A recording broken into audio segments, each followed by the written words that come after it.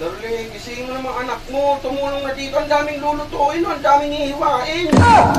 Bayaan mo na, aga-aga pa, to naman. Ang daming lulutuin, no? Kaya mo naman yan, to lang para ka namang ano. Alam mo ba, Noy? Ano na? Alam mo ba, Noy, kahapon?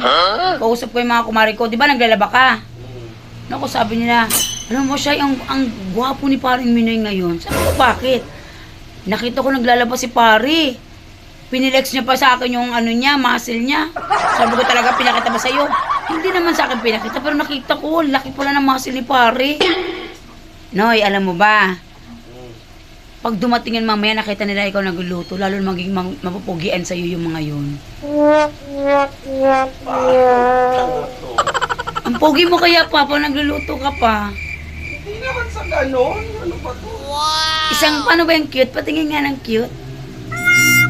Pogi. Tanga to.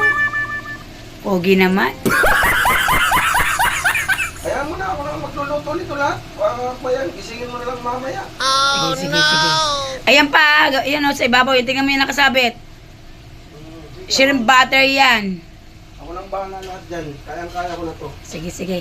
Lalabas muna ako pagkakalat ko doon ng pogi ng asawa ko, ha? Sige. Love you!